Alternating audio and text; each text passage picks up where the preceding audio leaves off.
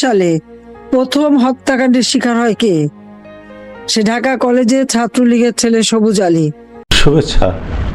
রাজনীতিতে ফিরতে বিএনপির সত্ত্ব সায় দেয়নি শেখ হাসিনা। পর্দার আড়ালে কি ঘটছে? 5 আগস্টের ষড়যন্ত্রের রাজনৈতিক পট পরিবর্তনের পর কেটে গেছে বেশ কিছুটা সময়। দেশের অন্যতম বৃহৎ রাজনৈতিক দল আওয়ামী লীগ এখনো মাঠের রাজনীতি থেকে অনেকটাই দূরে। তাদের ফেরার প্রক্রিয়া ঝুলে আছে, কিন্তু পর্দার আড়ালে ঠিক কি ঘটছে? রাজনীতিতে কি নতুন কোনো নাটকীয় মোড় আসতে চলেছে? নির্ভরযোগ্য সূত্র বলছে, আওয়ামী লীগ নেতাদের দেশে ফেরা এবং পুনরায় রাজনীতিতে সক্রিয় হওয়ার পেছনে মূল বাধা এখন অন্য কিছু নয়, বরং প্রধান প্রতিপক্ষ বিএনপির দেওয়া কিছু শর্ত সাপেক্ষ প্রস্তাব। হ্যাঁ, ঠিকই শুনেছেন, কিন্তু এই প্রস্তাবে সরাসরি না করে দিয়েছেন আওয়ামী লীগ সভাপতি শেখ হাসিনা। কি ছিল সেই প্রস্তাবে? কেন বিএনপি আওয়ামী লীগকে মাঠে ফেরাতে চায়, আর শেখ হাসিনাই বা কেন রাজি হলেন না? আজকের ভিডিওতে আমরা বিশ্লেষণ করব দেশের রাজনীতির অন্দরমহলের এই গোপনীয় সমীকরণ। প্রথমে চলুন জেনে নেই পর্দার আড়ালে আসলে কি শর্ত দেওয়া হয়েছিল। বিশ্বস্ত সূত্রের খবর, বিএনপির হাইকমান্ড সম্প্রতি আওয়ামী লীগের শীর্ষ নেতৃত্বের কাছে একটি অলিখিত রাজনৈতিক প্রস্তাব পাঠিয়েছে। এই প্রস্তাবে ছিল বেশ কয়েকটি চমকপ্রদ পয়েন্ট। আগামী 5 বছর আওয়ামী লীগকে বিএনপির নির্বিঘ্ন ক্ষমতায় থাকা নিশ্চিত করতে হবে। এই শর্ত মানলে আওয়ামী লীগের উপর থাকা সব আইনি ও রাজনৈতিক বাধা দ্রুত তুলে নেওয়ার আশ্বাস দেওয়া হয়েছে। কিন্তু বিএনপি কেন হঠাৎ নিজেদের চিরশত্রুকে মাঠে ফেরানোর পথ সুগম করতে চাইছে? এর পেছনে রয়েছে গভীর এক রাজনৈতিক কৌশল বা মাস্টার প্ল্যান।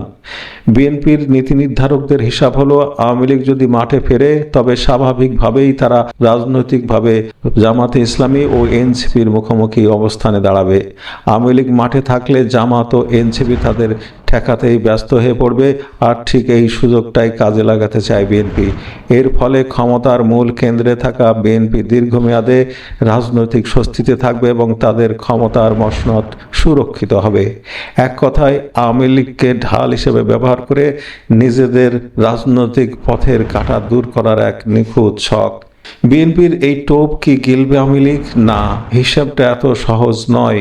আওয়ামী লীগের উচ্চ পর্যায়ের একাধিক বিশ্বস্ত সূত্র নিশ্চিত করেছে, বিএনপির এই প্রস্তাব সাবেক প্রধানমন্ত্রী ও আওয়ামী লীগ সভাপতি শেখ হাসিনার কাছে পৌঁছানো হলে তিনি তা সরাসরি ও কঠোরভাবে নাকচ করে দেন।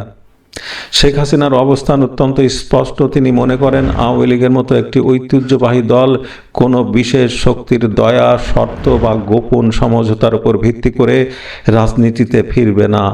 দলের নেতাকর্মী এবং বিশাল জনসমর্থনই তাদের মূল শক্তি।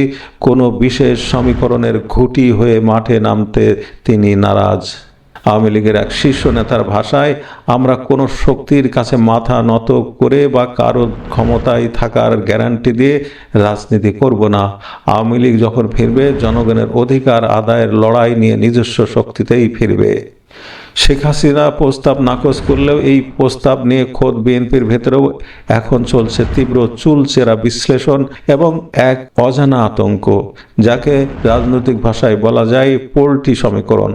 বিএনপির একাংশের আশঙ্কা, আওয়ামী লীগকে যদি রাজনীতিতে ফেরার সুযোগ করে দেওয়া হয় আর মাঠে ফেরার পর আওয়ামী লীগ যদি গোপনে জামাত ও এনসিপির সঙ্গে হাত মেলায়, তখন কি হবে? বিএনপি তখন পড়বে উভয় সংকটে। তাছাড়া আওয়ামী লীগকে রাজনীতিতে ফেরার এই সুযোগ দিলে জামাত ও এনসিপি বিএনপির উপর চরম ক্ষুব্ধ হতে পারে।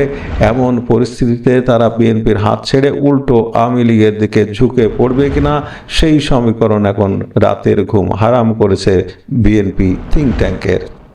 রাষ্ট্রবিজ্ঞানে একটি কথা খুব প্রচলিত, রাজনীতিতে চিরস্থায়ী শত্রু বা মিত্র বলে কিছু নেই। এই তত্ত্বের উপর ভর করেই দেশের প্রধান দুই দলের মধ্যে পর্দার আড়ালে এই নতুন সমীকরণ তৈরির চেষ্টা হয়েছিল। শেখ হাসিনার অনড় অবস্থানের কারণে আপাতত এই সমঝোতা ভেস্তে গেছে। এখন প্রশ্ন হলো, শেষ পর্যন্ত কি কোনো পক্ষ তাদের অবস্থান থেকে সরে আসবে, নাকি রাজপথের নতুন কোনো সমীকরণ দেশের রাজনীতিতে সম্পূর্ণ ভিন্ন কোনো মোড় দেবে? তা দেখার জন্য আমাদের হয়তো আরও কিছুটা সময় অপেক্ষা করতে হবে। আপনাদের কি মনে হয়, আওয়ামী লীগ কি কোনো শর্ত ছাড়াই নিজস্ব শক্তিতে রাজনীতিতে ফিরতে পারবে, নাকি বিএনপির পোলট্রি আতঙ্কই সত্যি হবে? আপনাদের মতামত অবশ্যই কমেন্ট করে জানাবেন। ভিডিওটি তথ্যবহুল মনে হলে লাইক দিন এবং দেশের রাজনীতির খবরাখবর ও বিশ্লেষণ পেতে আমাদের চ্যানেলটি সাবস্ক্রাইব করে বেল আইকনটি বাজিয়ে রাখুন। দেখা হবে পরবর্তী ভিডিওতে। ধন্যবাদ।